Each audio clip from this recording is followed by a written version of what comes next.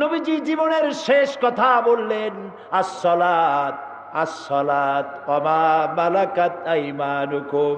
ও আমার উম্মতেরা, নামাজ নামাজ, খবরদার নামাজ ছেড়ে দিবা। যে নবী ইন্তেকালের সময় নামাজের কথা স্মরণ করাই দিয়া গেলেন, অধীনস্থ ব্যক্তিদের সম্পর্কে স্মরণ করালেন। সেই মুসলমানের আজ নামাজ পড়ে না, মসজিদে আজান হয় আর রাস্তা দিয়া সিগারেট টানতে টানতে হাঁটে যায়। শয়তান খুশি হয় আর আল্লাহ নারাজ হয়ে যায়। মুসলমানেরা, লক্ষ লক্ষ মুসলমান নরনারী আজ হাজির হয়েছেন এখানে। ওয়াদা করতে পারবেন নামাজ আর ছাড়বো না? পারবেন? আল্লাহ খুশি হবে? কে খুশি হবে?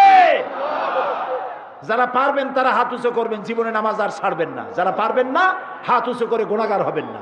দুই হাত উঁচু করেন যারা পারবেন, বলেন আল্লাহ তোমাকে সাক্ষী করে কসম করি, শপথ করি, যতদিন পর্যন্ত মালাকুল মউত আমার মাথার কাছে না আসবে ততদিন পর্যন্ত ফরজ নামাজ, ফরজ রোজা আর ছেড়ে দেব না, আর ছেড়ে দেব না, আর ছেড়ে দেব না।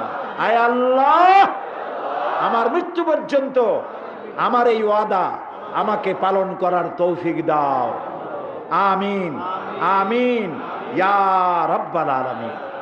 হাত নামান, সবাই হাত নামান। প্রিয় ভাই সব, নামাজ কায়েম করা ইসলামী আন্দোলনের এবং ইসলামী নেতৃত্বের আসল উদ্দেশ্য। কথা বুঝতে পেরেছেন? কথা বুঝতে পেরেছেন?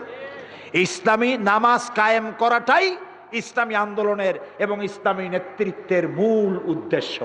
সূরা হজ আল্লাহ তাআলা বলছেন, আল্লাযীনা ইম্মাক্কান্নাহুম ফিল আরদ আকামুস সালাতা ওয়া আতাউজ যাকাতা ওয়া আমারু বিল মা'রুফি ওয়া নাহাউ আনিল মুনকার ওয়ালিল্লাহি আকিবাতুল উমুর।